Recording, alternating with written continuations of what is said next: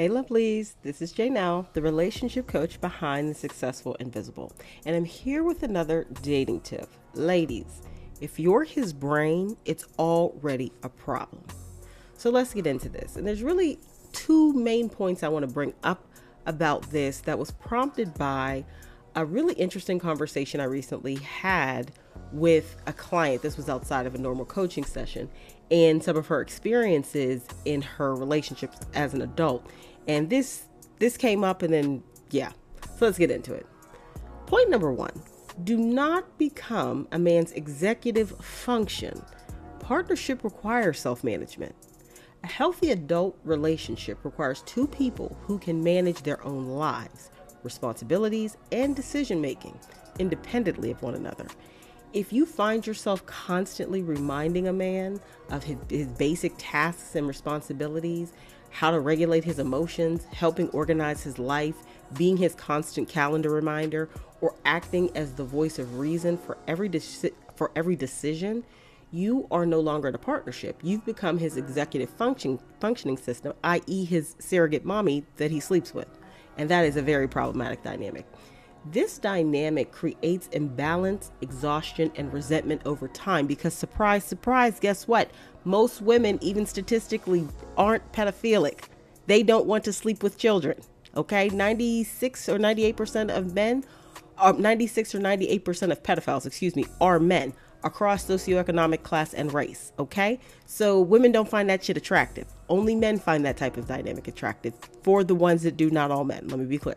Point number 2. Pay attention to mental load early. It predicts long-term relationship burnout, right? So many women enter into relationships believing they are simply being supportive, only to later realize they are carrying the entire mental load of the relationship. Planning, remembering, organizing, and anticipating everything for his mama, his kids, his friends, his important days, his interviews, when he has a big function, whatever. When one partner consistently has to think, plan, and regulate for two people, it leads to long-term burnout and emotional fatigue. This pattern rarely improves after commitment or marriage, and actually, it usually becomes worse. He becomes more entrenched. You become more entrenched in this dynamic that was created before you got married. So, two coaching tips. The first one is you are not responsible for being someone's manager. Just own that, declare that, ruminate on that, okay? Nobody's life manager, nobody's emotional regulator, and that's a big one. If he's grown and can't regulate his emotions, leave him alone. And number 2, watch how a man manages his responsibilities before you commit to him. If he's unable to do that successfully on his own, it's a no for me, dog. It should be a no for you. So once again, simple tip, but very profound. And this is one of those really sneaky ones that can often seep in and a woman doesn't even realize it. So just remember, ladies, if you're his brain, it's already a problem and you need to walk away from that situation expeditiously. So what I'm about to say, I am in no means trying to be offensive to this community. I do not want anyone to take offense to it. If you have ever been a recipient of a 504 or an IEP, if you have a child who was or is a recipient of a 504 or IEP, please do not take offense to what I am about to say. Because number one, I have children who are recipients of a 504 or an IEP, and I am an elementary school counselor as well. I have a very, very soft place in my heart for this community of people. And I often take offense myself to when I see people in the comments saying, oh, I know you had an IEP, or, they're trying to be funny to someone and it ain't funny. So please don't take offense to what I'm about to say. However, I'm going to say it. So I saw this post somewhere where someone said there are a lot of men whose wives are their IEP or 504. Sit with that.